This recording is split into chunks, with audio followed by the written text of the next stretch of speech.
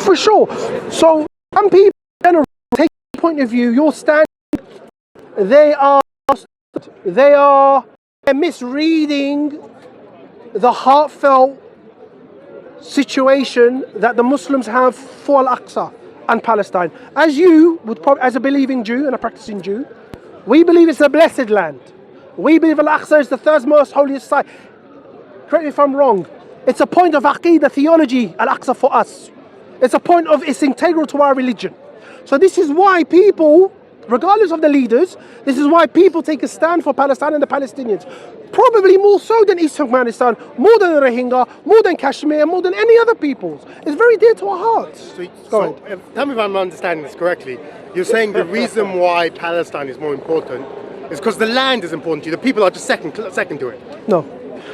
So let me just give me 1 second. In East Turkmenistan and Rohingya, we're talking about with the closest thing to the Holocaust is the Holocaust. East Turkmenistan has concentration camps, fully active concentration camps. The Rohingyas, they're literally burning people alive, they're driving them out. We've got 500,000 of them in Bangladesh currently. The Bangladesh want to kick out. That's a separate point. We're talking about an actual Holocaust going on there. And people are less concerned about that than what's happening in Palestine. While yes, there's thousands of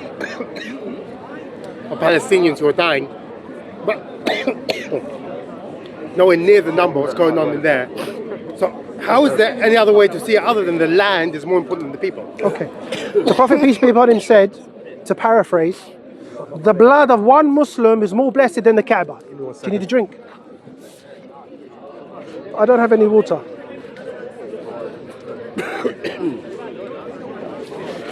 You don't have COVID, do you? I do not. Good. So the Prophet, peace be upon him, said, the paraphrase, the blood of one Muslim is more blessed than the Kaaba itself. Just to emphasize the Muslims. The Muslims, okay? What I'm saying is, the situation in Palestine is not just like the Rohingya where it's people.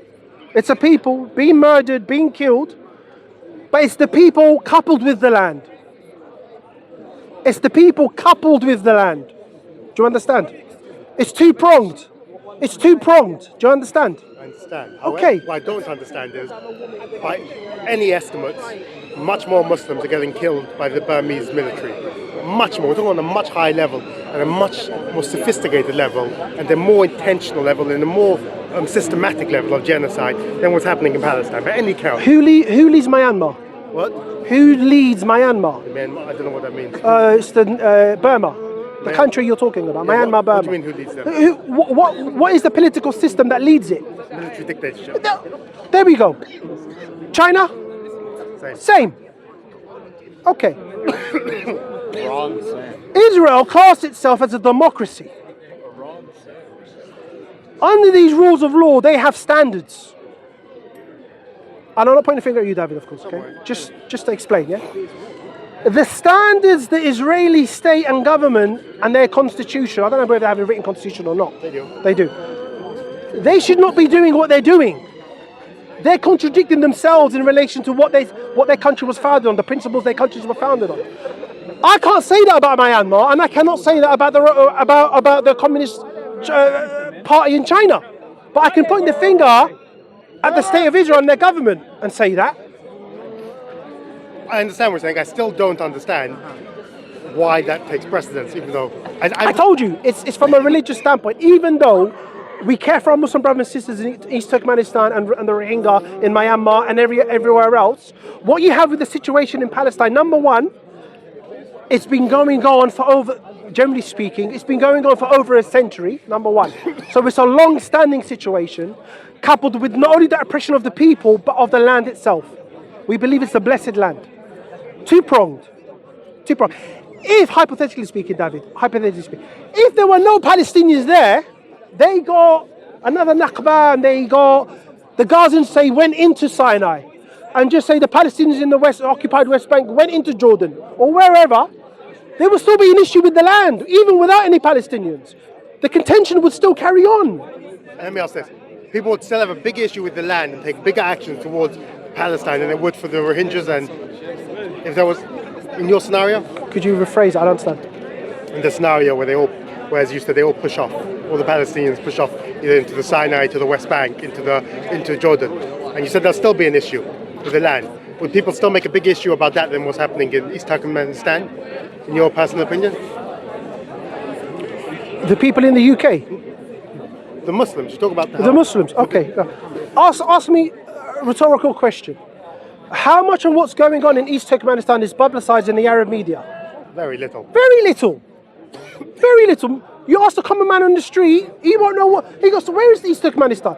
He won't know. Even in the UK, it's not talked about much. It's not talked about much. And this goes back when you were speaking to Raihan. When, like you said, every year or whenever there's a flare-up, yeah, pardon the pun, it explodes on the international media. Explodes. So there are certain factors as to why you can't equate one with the other. There are reasons. I hear what you're saying.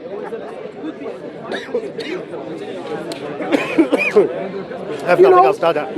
Let me ask you a question. I've got water, but I've opened it. Is it fresh? It's fresh, thank you. Thank you.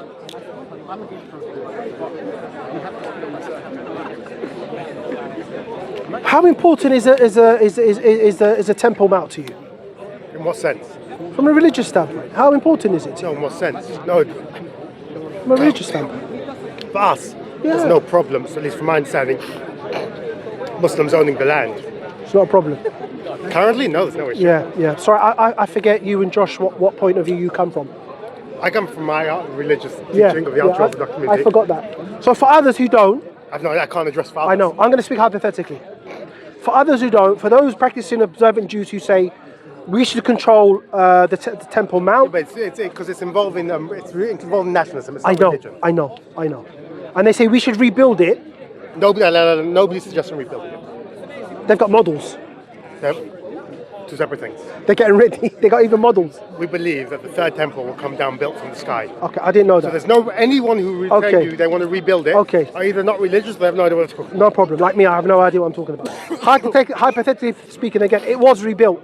It came down from the heavens and it was rebuilt. Yeah. Okay, right. And the war kicked off for an entity to take over it. Yeah. Muslim or non-Muslim, whatever. Yeah. And then there were a bunch of Jews in East Turkmenistan being killed.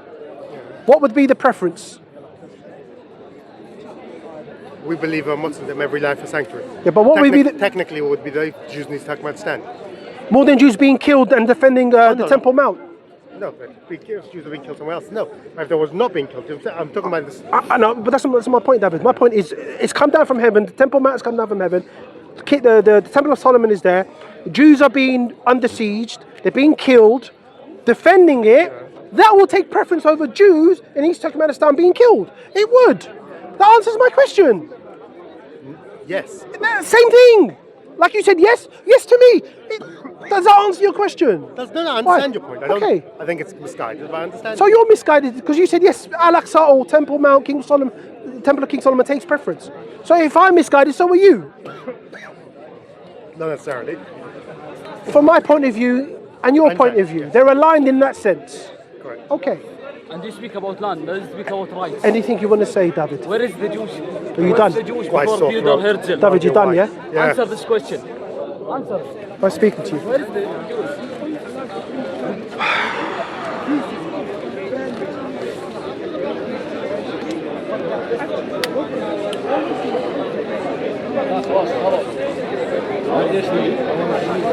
May Allah give the Palestinians patience and perseverance.